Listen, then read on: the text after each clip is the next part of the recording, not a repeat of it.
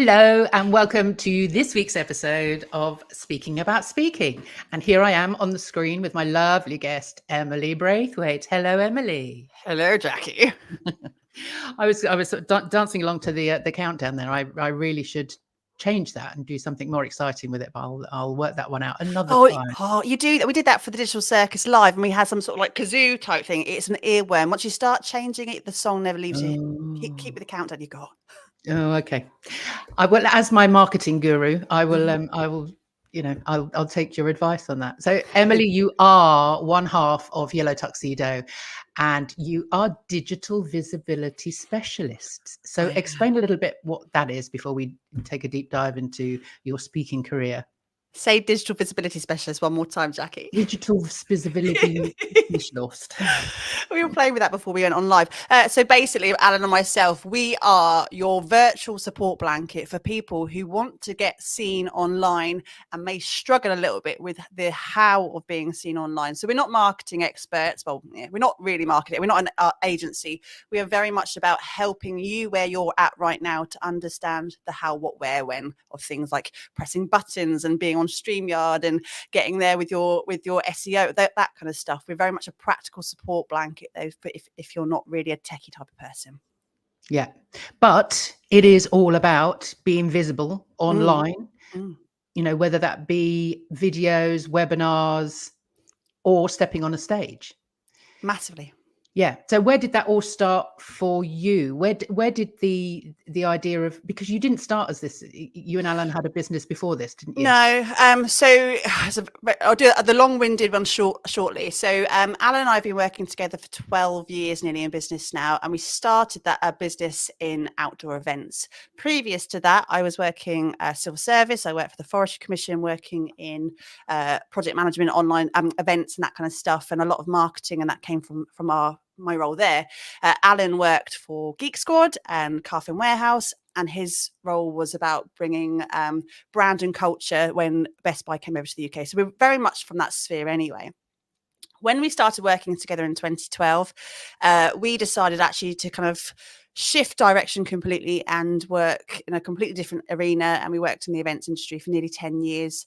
COVID put paid to that, unfortunately. But what we'd found in that 10-year arena of events was the fact that we were marketing our business in a way that was very different to other businesses in our industry.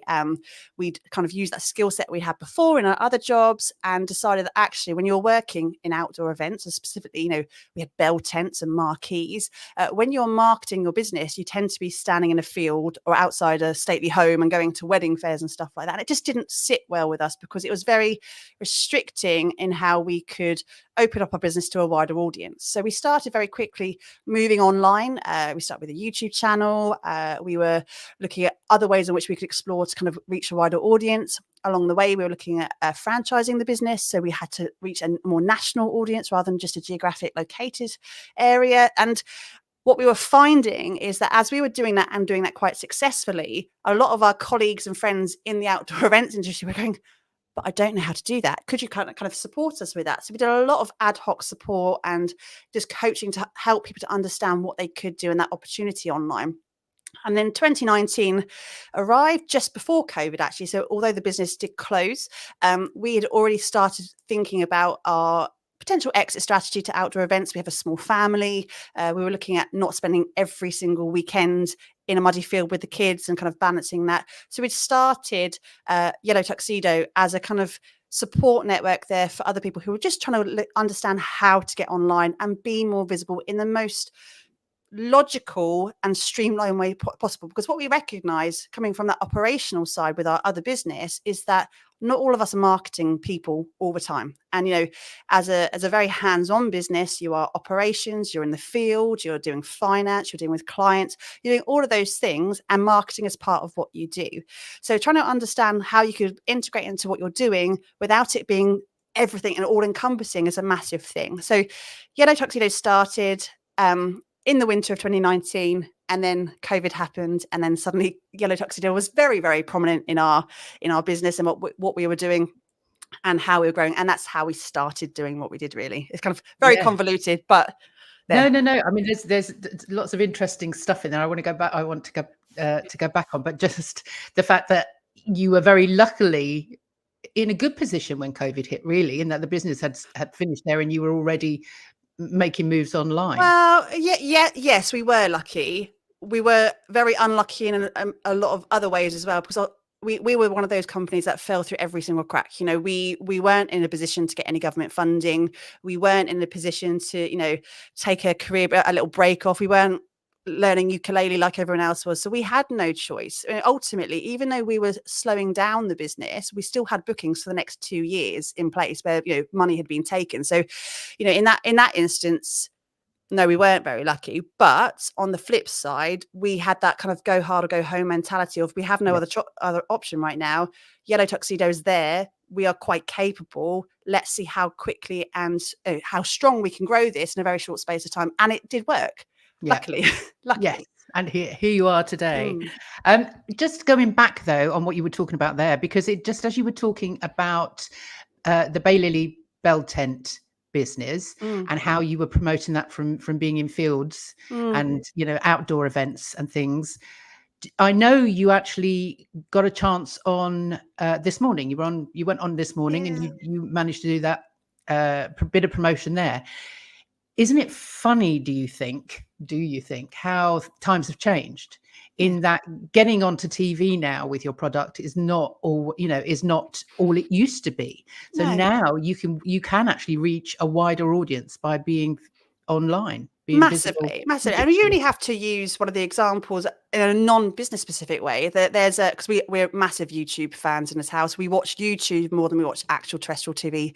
Alan's obsessed with it. But there's a musician called Ren, and he is huge on YouTube. And Alan often shares his videos in our marketing newsletters and stuff, but he has reached millions and millions of subscribers on there. He is the most talented musician you'll come across, and he flatly refuses to have a formal record deal because he can make more money doing what he does independently on YouTube than he does putting his records on Radio 1. And the same thing is with TV. It's like we put so much weight on the fact that we want to be on the BBC or we want to be on ITV's This Morning and those kind of things, which are amazing. And when you get those opportunities, it's incredible. You know, we can look at the facts and figures of our own website from being on that little segment there.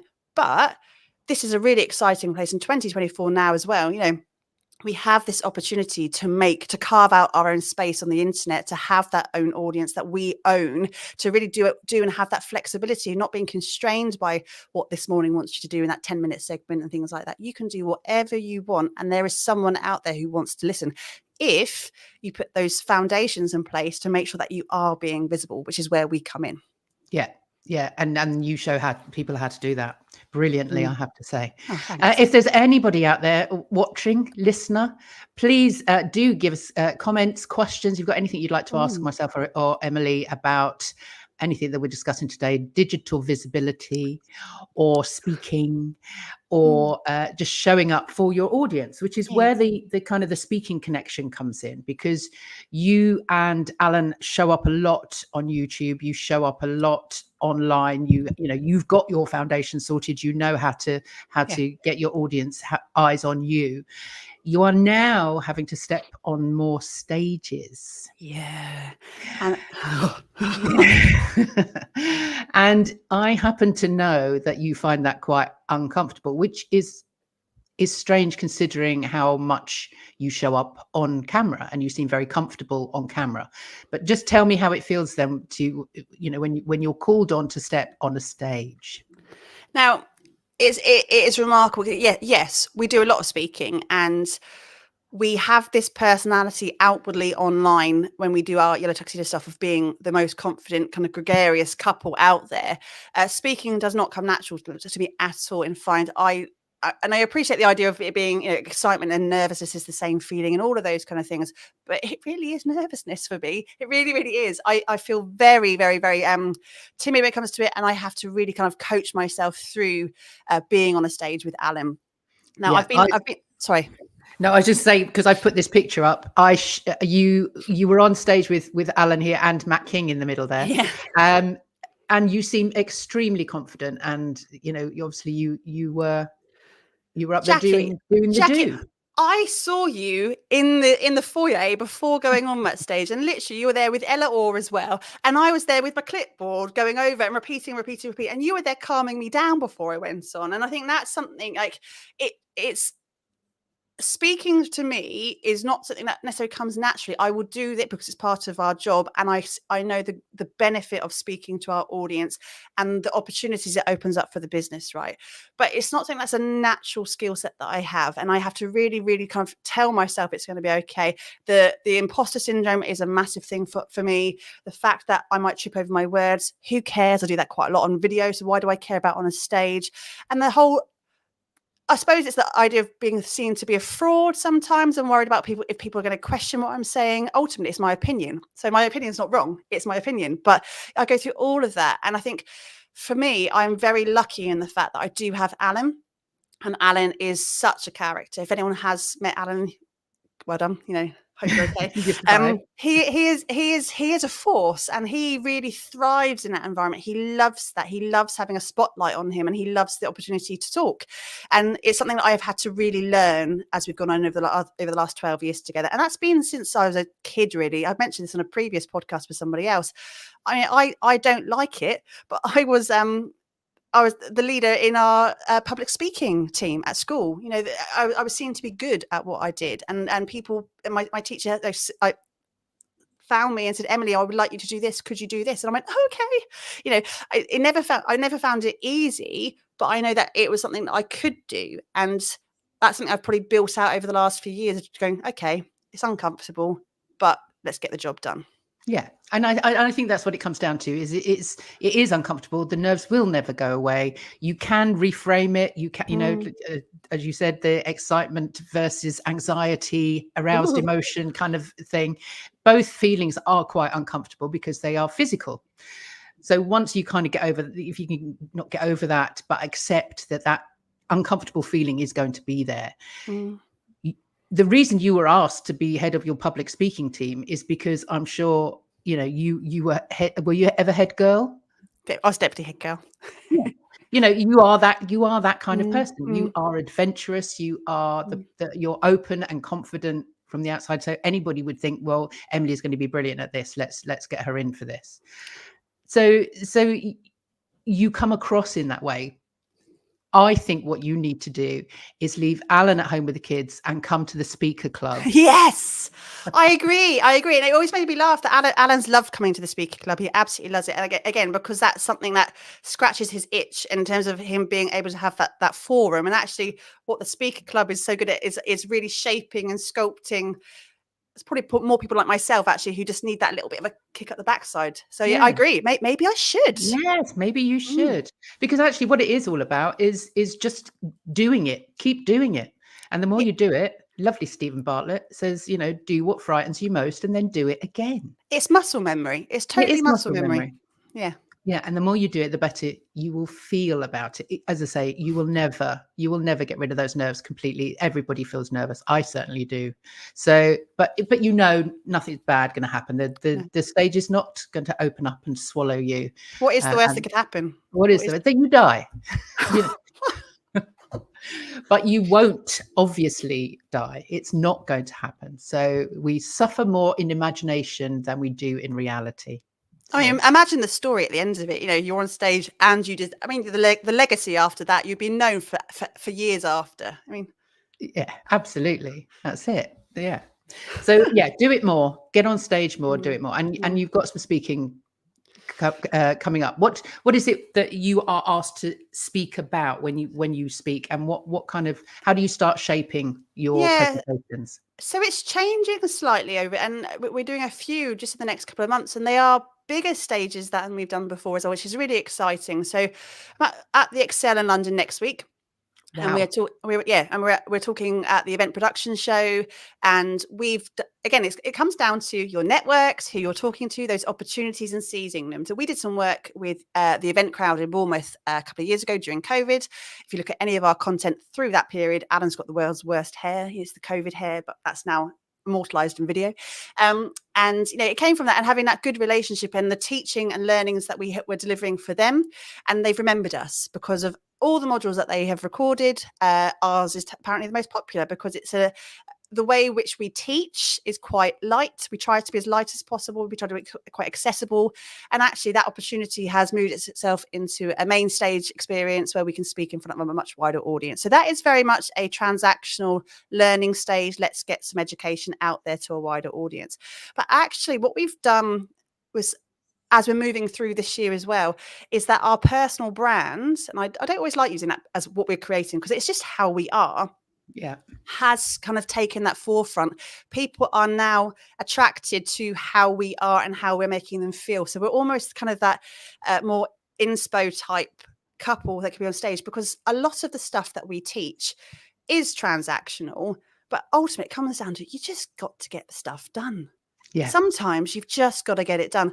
And if that involves us being your online cheerleader a little bit and shaking those pom-poms and going, come on, kick up the backside, or us being able to showcase how we've used our brand with our business as well. And that's really important in both of the previous business and in Yellow Tuxedo, because that's how we've got to where we are now. I think that's really helpful to people because we're not just saying, here's some stuff, implement that. We've gone, hi, this is the stuff. We have implemented this. These are the results we've got. You can do it too. And I think that's very helpful to a lot of people. Yeah. And I would imagine people are inspired by your story as well. So the two of you together, 3 young children at home, you know, coping, running your own business, having to wear yellow all the time. I mean, it's just... Oh, Jackie, side story, really sad side story. We've just found out in the last week that our youngest son, Joseph, is colorblind. He doesn't see the color yellow. We need to change ourselves. We need to be green tuxedo. I don't know how I feel about that. Oh, look, Alan's just commented. Oh, I love yellow. I love the yellow. Of course he does. Of course he does. But, you know, I think people are inspired by your story. And I think the way that, and you talk about personal branding, it is one of those things that people either love it or hate it, but it is who we are. You know, if we're putting ourselves out into the world, we have to think about how we want to be seen, how we're showing up for our audiences, and how we're making them feel. So, it is really important. And it's quite strange that both your business and my business seem to be coming back to this personal brand, because personal brand is all about personality, you know, and if you don't show up with personality, then who's going to want to listen to you? Who's going to want to trust you, build, you know, buy from you, all of those things. Personality-led content is so big, and you know, I've talked through with this previous to this session as well. But you know, everyone is marketing. Everyone is out there putting their stuff online, especially in the social media arena. And you kind of think, how do you stand out? And ultimately, you know, we're putting transactional content out, value-led content out. It becomes a little bit kind of like, you know, you're a bit snowblind to it all because it's all out there. The only thing that makes you different to the person to your left or your right is you. And allowing yourself that creative outlet to do what you want to do within, I suppose there are some kind of constraints there to make sure that you are doing things, that you are being seen. Again, what we teach in terms of the black and white fact. I used this example the other day in terms of if you've got a television, you want to watch, I don't know, Trigger Point on TV. I've been watching that. Amazing. No idea. Trigger Point. Oh, whole different subject for another day. But unless that cable's in the back of your TV, you're not watching anything. And it's the same thing when it comes to online visibility. You can do all the lovely chat and conversation and personality-led stuff, but if it's not plugged in and actually being shown to people, you're just doing it in vain. So there needs to be a balance there between bringing your personality to the forefront, but also making sure that you're doing the right things in the right way as well. And in the right places, for you and for absolutely. Anybody out there, apart from Alan, that would like to comment or ask a question? Anybody out there? I'm a little bit, I don't seem to have had any comments from LinkedIn, so I'm just hoping that. Are you on LinkedIn today? We are actually on LinkedIn today. I can see that it's ticked and we are live. If you are watching the replay, then again, please feel free to ask a question or leave a comment and subscribe while you're there on YouTube, please. Talking about personal brand, I have written a blog today, so there's a blog out there. I'm so proud to find it. I know, and it is all about personal branding. And bizarrely, I realised that it's my 3rd blog on personal brand, and so obviously it is something that comes up quite regularly in what I talk about with clients and people that I work with. But today was kind of sparked by working with a company, a big brand that we all know is on every shelf in every supermarket, and helping their marketing and sales teams make impactful presentations to the buyers of those supermarkets. But a big part integral to the day was their own personal brand, their individual personal brand. And a lot of people don't understand that even when you're part of a big organization, your personal brand is still important. Yeah. Do you agree with that when there's only the two of you in your business? Absolutely. And I think we just need to take again that label of personal brand is what scares people, and it's almost like you think it's a construct, and ultimately it's just you as an individual being able to showcase your personality within that wider team. Alan and I are a team of two, but we're two individuals within that team of two, and that's really important to me that we both have a defined understand who we are, because there are times like right now I'm here by myself. I'm quite capable of being on a virtual stage without Alan. And that's something I've had to learn, again, making sure that I can stand there confidently, shoulders back, and deliver what's in my head. But, we are different human beings. We've come from different corporate backgrounds to work together. We've had different life experiences from before we were married and before we've had kids. I think it's really important that, ultimately, if we carry on down this path together, or in a few years' time we actually decide to divide and conquer, who knows? But my individuality and who I am and how I show up is super important. And that also helps because depending on who we're working with, Alan is happy to admit he is a very loud, gregarious. He likes to, and he'll go from 0 to 1,000 and back again with a whole strategy for a client, and be really enthusiastic and have a full working plan. And it's quite a lot. Some people love that. Some people love that enthusiasm because it gets them motivated, ready to go. Other people tend to choose to work with me a little bit more because I'm a bit more slow, steady, considered. Let's go through this step. Let's go through that step. And, we've got different interests. We've got different things that kind of connect us together. So that's totally fine. When it comes to being on stage together, I think actually that yin and yang type effect of who we are really works. Alan can stand there being we always say about Yellow Tuxedo being a two-part suit. He's definitely the jacket and I'm definitely the trousers. Definitely, that's how it works. I'm kind of like that, the more straight guy. He's the kind of the motivator. It works well. But I think it's important, regardless of where we go, I know who I am, how I want the people to see me in the world. I want my legacy, and I said this on my podcast with Alan, that we have our own podcast, Digital Circus Life.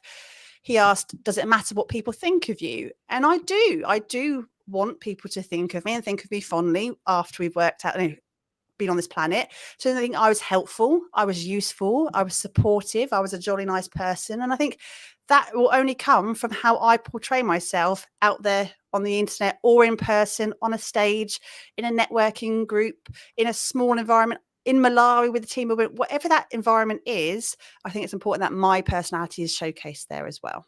Absolutely. And yeah, I mean, I'd love to find out whether you find it easier speaking when you've got Alan stood next to you, or whether it's a hindrance. Not that Alan is a hindrance. No. I get what you mean. I get it. So just having the support of somebody else on stage with you.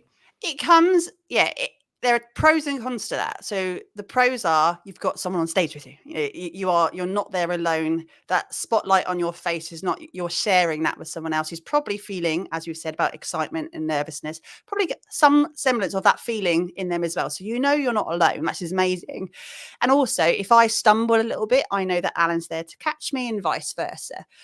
On the flip side, sometimes it's nice to be one-on-one, because ultimately we have different thoughts, and we have different ways in which we might approach an answer to a question. So rather than having to trip over each other's thoughts all the time, or have a different, or be confusing to our audience, sometimes it's quite nice to be just ourselves, just one of us at a time.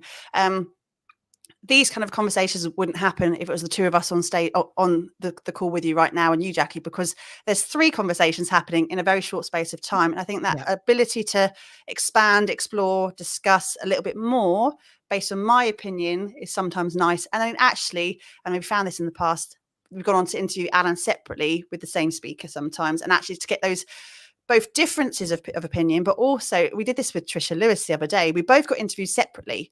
And then actually we didn't listen to each other's episodes. And then we came back to each other and listened. And there were those commonalities, and we realized that we are on the same page. We are the same team. We do, live together, love each other, parent together, work together, all of those things together. So we're going to have that commonality. And that's nice where we can come back together and explore the next adventure, the next thing that we're going to do together, the next part of the business. But that does come across on stage as well. When there's the two of you up there, is you come across in different, as your differences, they are there. And I will get on to Mrs. B very quickly before we finish. But I just wanted to say, I know, Christoph, you are out there listening, because I've just looked on my phone, because obviously Christoph has commented, but it's not coming through. Oh no. Although Alan obviously has commented, and I can see that one. So apologies if you are listening and are trying to make comments and they're not coming through to me. There's obviously a glitch somewhere. So apologies for that. But we will catch up with your comments afterwards, and you can always comment on the replay. So Mrs. B, you are your own person. You are your own personal brand. And I'm just wondering, with Mrs. B, which is you at home with your chickens and the children and baking and all of the sustainability and all of that stuff, is Mrs. B going to be stepping on a stage anytime soon? Possibly, but I wouldn't count on it. No. So being Mrs. B is a little project I've started this year, and to be quite honest with you, I haven't explored it fully, really, about what the start and end point's going to be for it. I think it's just quite a nice space for me to play. That's not a corporate space. That's not Yellow Tuxedo space. That's just my space, because as you've clearly done in the little write-up about who I am before we put this out, I am exploring a lot more, and I do find solace in my back garden and the chickens. And this year I'm trying to quick story, our daughter's a bit poorly, and part of us looking after her is to try and understand how we can maybe have less processed foods, and making sure that we can be a bit healthier in our lifestyles and all those kind of things. So I'm doing a lot of cooking and a lot of zero waste stuff, and making homemade butter and all these things that are kind of very wholesome. But actually for me, not just the act of doing those things, it's just really relaxing. I think my brain is so busy and so full with work stuff all the time that actually I've had a funny noise in my ear, sorry. My life is so busy that actually having that as an outlet is really helpful. And then actually it's a great way for me to start writing and speaking and playing with stuff that's not going to impact Yellow Tuxedo. That's a big thing for me. It's the fact that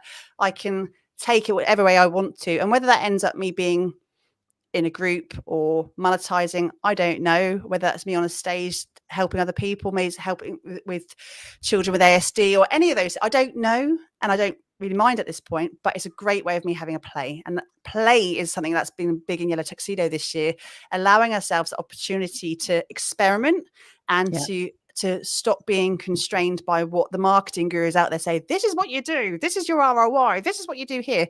Stop that now. What do you want to show up for? What's important to you, and how can you do that? I think, and that's what Mrs. B is about this year. It's just me exploring my personality a bit more without it impacting too much else, but allowing myself that time to play. Yes. Alan's a bit worried. Is this like yeah, no, darling, I love you. No, there's no creative differences. And I think the thing is, Alan's got interest. He is very physical. He loves his running. He loves being in the mountains. He loves. He's doing a lot of fitness stuff at the moment. He started his own networking run type thing. Once a month, anyone who wants to join it, let's go for a 5K run together. That's really important to him. That's going to help open him out to a whole new world of people that are. The commonality is fitness. It doesn't matter that you're not working in the same industry. It doesn't matter that you can't necessarily collaborate, that black and white collaboration of we work in this place together, let's do this together. It's just allowing people to have those conversations. It's just tapping into a different way of getting to know somebody and how they might help you as well. Yeah, brilliant. Fabulous. Well, thank you so much for your time today. I'm going to ask you one more question like I ask everybody at the end. What makes a good speaker good, in your opinion, and a bad speaker suck? I don't know if I'm a good or a bad speaker, Jackie. You're a good speaker. I've seen you. You're a very good speaker. I think ultimately is owning your space and a good speaker will step on that stage, know that they know their stuff and deliver it in a way that feels right to them, not trying to fit that cookie cutter mold. And I hate cookie cutters. That's not what we stand for. So delivering whatever you need to deliver in a way that feels authentic and right to you. And bad speakers sucking. And I've seen a lot of bad speakers, and it's the same. I'm sure you've had this many times, when it's all about them and what they can do, and showboat. No one needs that in their life. I haven't got the time to listen to that. I've got my own stuff to be dealing with. But well done you. Yeah, That's a bad speaker, in my opinion. Totally agree. Brilliant. Thank you so much for your time today, Pleasure. Emily. It's been an absolute joy having you here. Thanks for having me. Thank you to Alan for commenting, and sorry for anybody else that tried to comment but didn't get through. And yeah, we will see you next time. But for now, Emily, have a fabulous week, and I'll speak to you very soon. Bye. Bye.